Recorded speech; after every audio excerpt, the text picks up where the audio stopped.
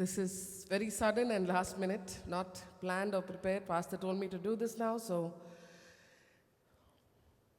it's a lot of things that have been on our minds for a while now, so something I hope will be, I trust and have faith that it will be a blessing to you, and it will probably, and it should and will bring a change.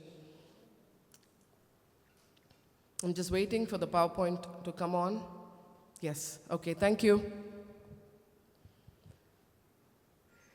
Appointment, the word appointment means the need to be somewhere, a meeting that we have set up with somebody to meet them for any purpose, right? An appointment. But there's one unique thing about an appointment. Rather, there are two unique things about an appointment without which the appointment will not happen. What are those two things? What are the two essential things of the appointment between two people? Time and place. If we don't decide on that ahead of time, then there will not be an appointment. The appointment will not happen. There is a set time and a set place. If you go for an appointment to the wrong place, you're not going to meet who you're supposed to meet. If you go at the wrong time, the person might have come and already gone, or the person might have not yet arrived. So there is an important time and place element when it comes to an appointment. And that's what we're going to look at this morning for a few minutes, about why. Now the place we've all got right. We're all here. We somehow made it to church, but the time is the issue. So today we're going to look at why it is important to be on time to church. This is something we've spoken about a lot, but maybe we've not presented it in this format before. But maybe seeing the words on the screen, seeing the words on the PowerPoint, seeing the verses will help us to understand it better so we can live our fullest potential as children of God. So can we go on with the PowerPoint slide, please? Can I see slide 1? When we are on time to church, we honor God. Tithing is not only about, tithing and offering is not only about money. We teach the children, when we have the parable of the talents, we teach the children that even our talents are to be used for God. What are things that we sow into the kingdom? We sow our gifts, we sow our talents, we sow our money, but we also sow our time. We also sow our time. So when we honor God, we will be in church on time. Ecclesiastes 5:1 says, guard your steps when you go to the house of God. The thing that is lacking these days is the reverence and awe.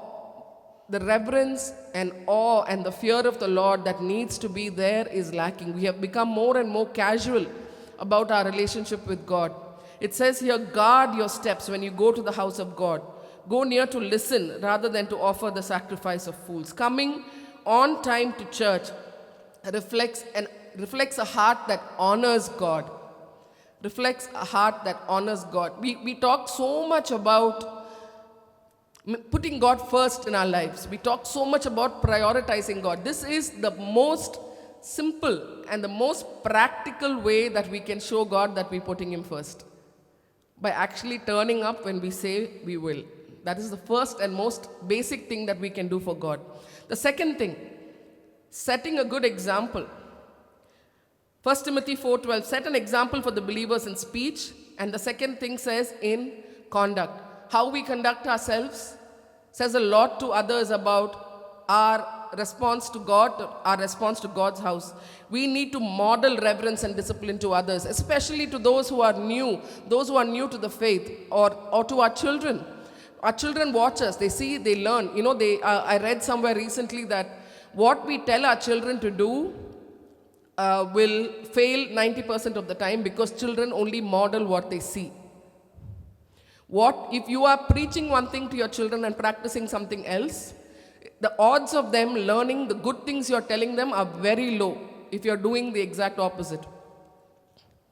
So setting a good example for new believers, setting a good example for our children and those who look up to us and look up to our example is the second reason why we need to be on time. Somebody might look at us and say, he's late all the time, he's fine. That's a dangerous place to be. The third thing Pastor mentioned already is avoiding disruption. When the worship is already going on, we are already in a place of, feeling God's presence and things are moving in the spiritual realm, and then suddenly someone comes and you hear these chairs being dragged around you, or, something that distracts the people around you when they are in their time of worship. But everything should be done in a fitting and orderly way, says 1 Corinthians 14:40. If everyone is already seated, if everyone is already here, then there is an uninterrupted flow, and that is an important thing. The fourth point is preparing our hearts properly. Psalm 46:10. Can we go to the next slide? Psalm 46:10 says, "Be still and know that I am God." How is it possible to be still when we are rushing in at the last minute? That stillness comes in sitting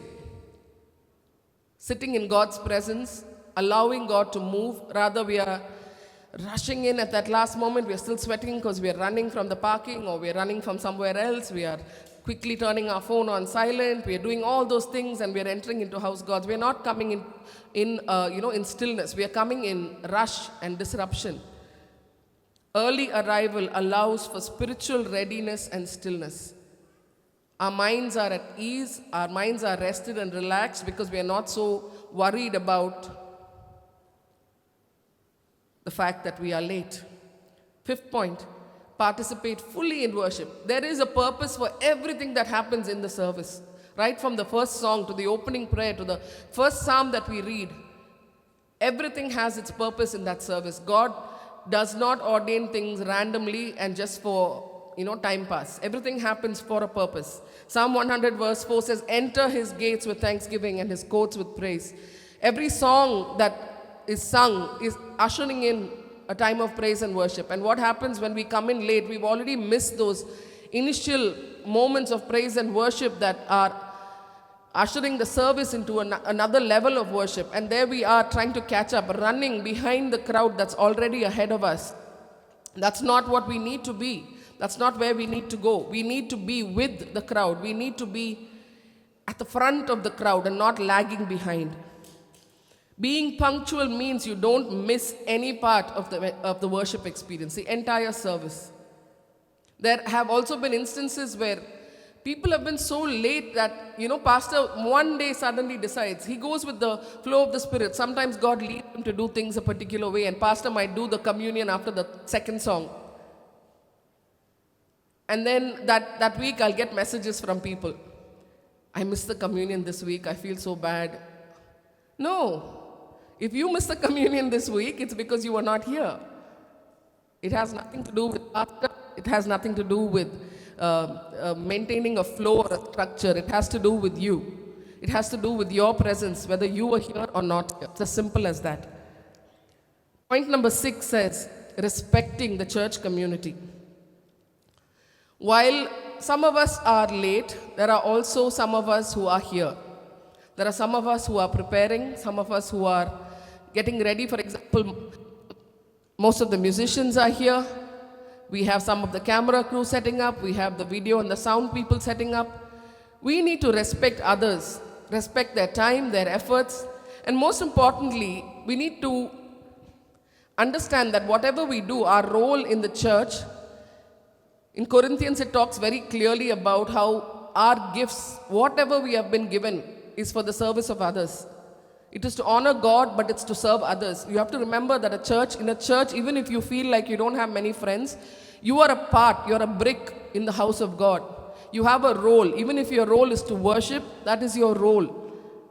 And this is one way of doing it. I don't think any of you will disagree with me when I say when someone is standing up here on stage, sometimes I wonder how pastor does it.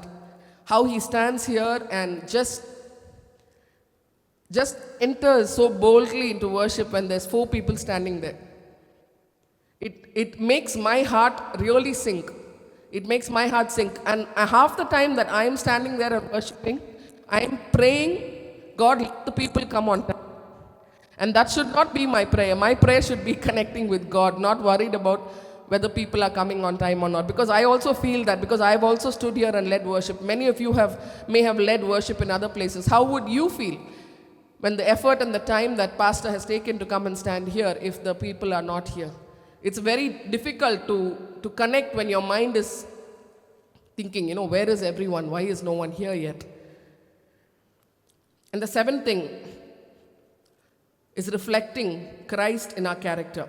Colossians 3:23, whatever you do, work at it with all your heart as working for the Lord. Punctuality reflects excellence. And I often teach my children, I teach my Sunday school children about the spirit of excellence and the importance of it. So let's not do anything half-heartedly. Actually, this reminds me of a verse that just this morning I was reading in Chronicles, and I marked this verse. This is 2 Chronicles 25.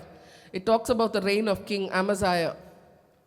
And there was one verse there that really stood out to me. I did not expect to speak about it so soon because I just read it about 2 hours ago. And the verse says, "He did what was right in the sight of the Lord, but not with a loyal heart." That really shook me up. It's so easy for us to go through the motions. I'm a Christian, I was born in a Christian family, or at some point I was saved, therefore I go to church. I'm doing all the things I'm supposed to do. I'm paying my tithes, I'm giving my offerings, I go to church every Sunday, most Sundays, whenever I can. I'm doing my Christian duties, but God does not see that. God sees the heart. This verse really shook me up this morning. In fact, I noted it down in my notebook, and it says, "And he did what was right in the sight of the Lord." He did what was right. Everything he was doing was right in the sight of the Lord, but not with a loyal heart.